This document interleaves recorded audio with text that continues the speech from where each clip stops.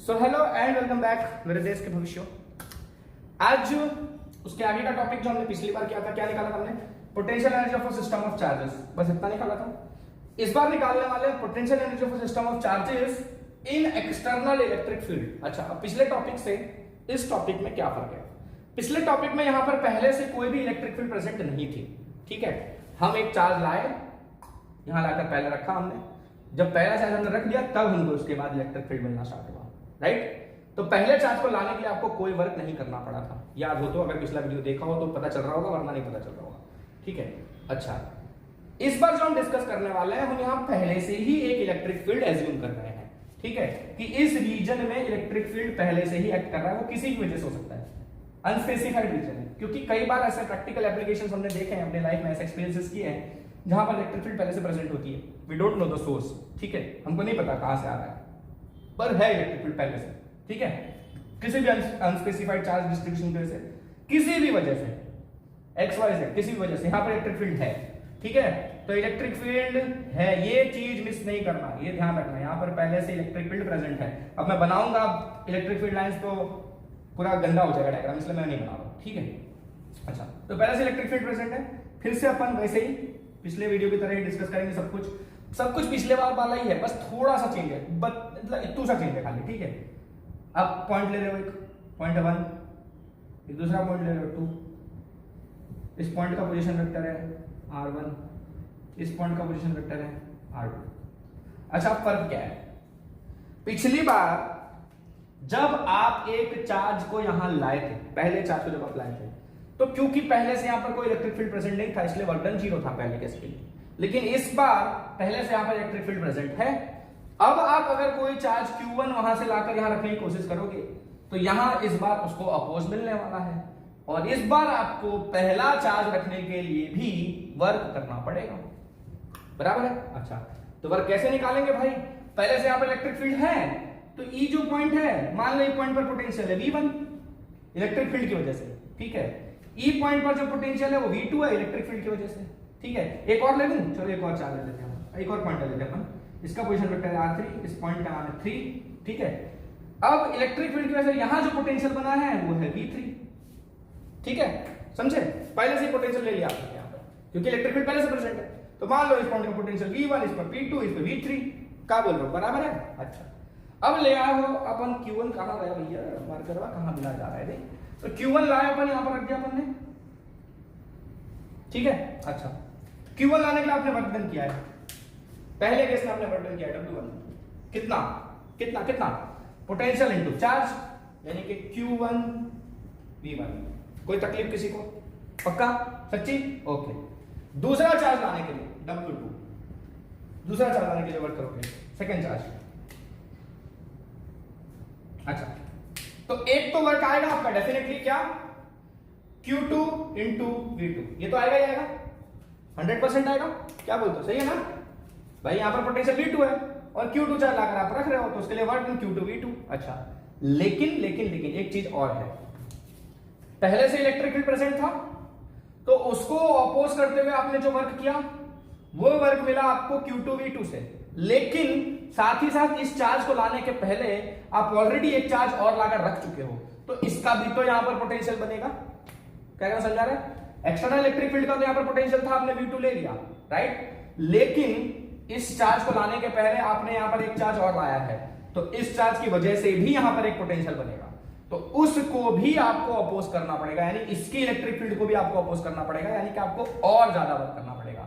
एक वर्क तो आपने किस लिए किया? ये जो ऑलरेडी इलेक्ट्रिक फील्ड सेटअप था उसको अपोज करने के लिए, वो वर्क मिला आपको किससे? Q2 इंटू V2 से। अब एक और वर्क आपको करना है जो इसके इलेक्ट्रिक फील्ड को अपोज करना है, वो आपको कैसे मिलेगा? वो मिलेगा आपको Q2 इंटू V21। V21 मतलब क्या हुआ? Potential at 2 due to charge 1।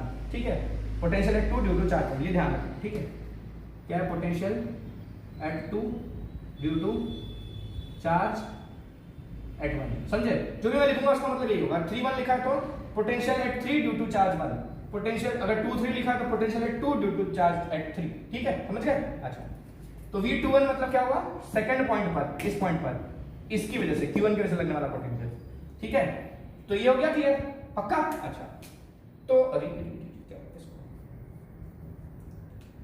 तो ये तो अपन ऐसे लिख लेंगे Q2 V2, क्योंकि इसके बारे में तो चार्ज डिस्ट्रीब्यूशन के बारे में कुछ पता नहीं अपन को, तो इसके पोटेंशियल का फॉर्मूला अपन कैसे निकालेंगे अपने को नहीं पता है ना। पॉइंट चार्ज होता तो K Q1 by R1 से निकाल लेते या जो भी डिस्टेंस होता उससे निकाल लेते, पॉइंट चार्ज होता। लेकिन किस चार्ज की वजह से यहाँ पर इलेक्ट्रिक फील्ड सेटअप हुआ है वो हमको नहीं पता, हमको खाली पता है कि इलेक्ट्रिक फील्ड है और इसलिए अपन ने एज्यूम किया कि पोटेंशियल V1 V2 V3, तो इनके फॉर्मूलेज अपने पास नहीं है, अपन सिंपली इसको ऐसे लिखेंगे। लेकिन इस वाले के लिए V21 के लिए इसका फॉर्मूला अपने पास है ना, है कि नहीं है? कैसे है भाई, ये तो पॉइंट चार्ज के साथ बन रहा है ना पोटेंशियल, है ना। जो V21 आप बोल रहे हो 2 पर 1 की वजह से बनने वाला पोटेंशियल, वो तो इस पॉइंट चार्ज के से बन रहा है, तो उसका पोटेंशियल अपन निकाल सकते हैं। कैसे निकाल सकते हैं? K किस चार्ज के से बन रहा है? Q1 की वजह से बन रहा है। अच्छा, और डिस्टेंस क्या लोगे इस चार्ज से इस पॉइंट का, यानी कि क्या R21 लिख दूं मैं, ठीक है। इस बार मैं मॉड लगा के लिखूं, नहीं लिख रहा हूं, चलेगा ना, मतलब मैग्नीट्यूड ही लिया मैंने, डिस्टेंस ही लिया ओके ओके। तो सेकंड चार्ज को लाने के लिए आपको इतना वर्क करना पड़ेगा, क्लियर है। अच्छा, अगर आपको तीसरा भी चार्ज लाना है, तीसरा चार्ज लाना है, तो आपको कितना वर्क करना पड़ेगा? तीसरा चार्ज लाने के लिए समझ ही रहे होगे, पिछले बार वाला जैसे ही सेम टू सेम। अब क्या होगा, एक तो जो एक्सटर्नल इलेक्ट्रिक फील्ड है उसको अपोज करता हुआ वर्क, यानी वो वर्क आपको कैसे मिलेगा? Q3 into V3, है ना। इस पॉइंट पर जो पोटेंशियल है इलेक्ट्रिक फील्ड की वजह से बना हुआ है, एक्सटर्नल इलेक्ट्रिक फील्ड की वजह से, उसमें Q3 मल्टीप्लाई करोगे तो एक्सटर्नल इलेक्ट्रिक फील्ड को अपोज करने वाला जो वर्क है वो मिल गया आपको।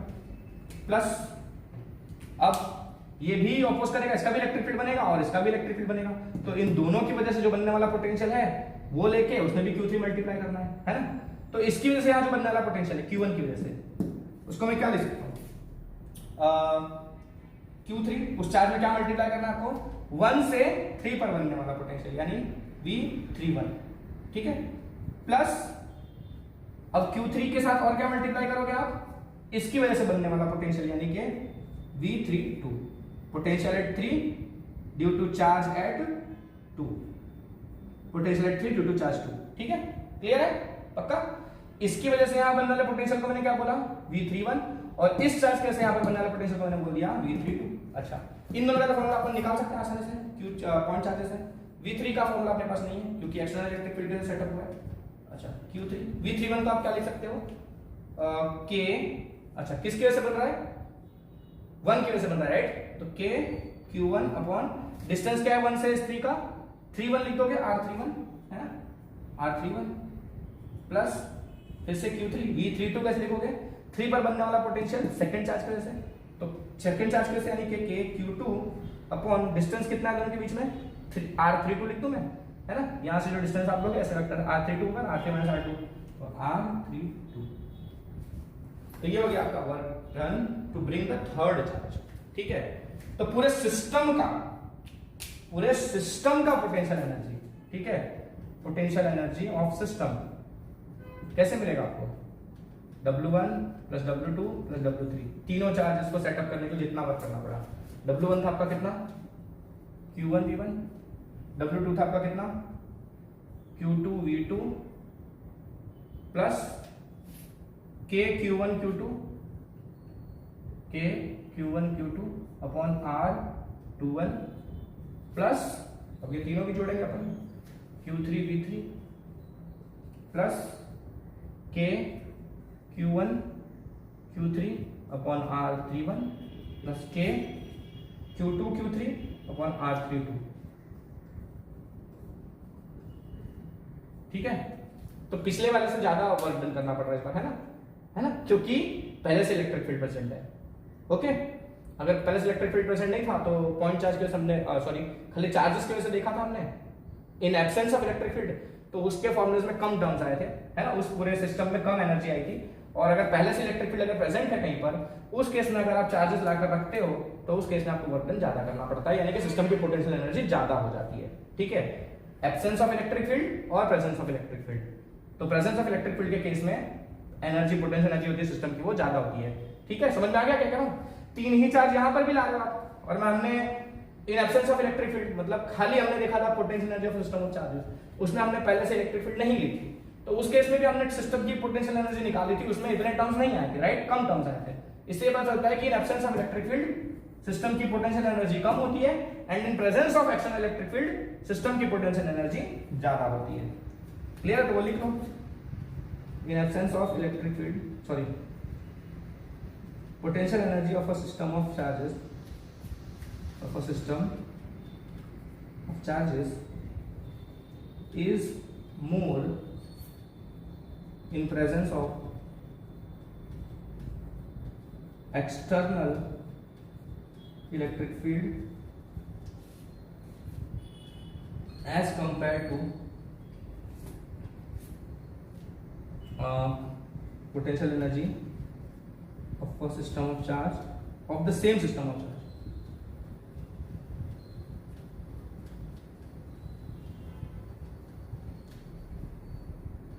In absence of electric field. ठीक है, presence of electric field, same system of charge लिया आपने, एक बार presence of external electric field और एक बार in absence of external electric field. तो in absence of external electric field total energy कम होगी, इन प्रेजेंस एनर्जी ज्यादा होगी। तो ये बात हो गई अपनी potential energy of system of charges in an external electric field. तो बस मिलते हैं नेक्स्ट वीडियो में।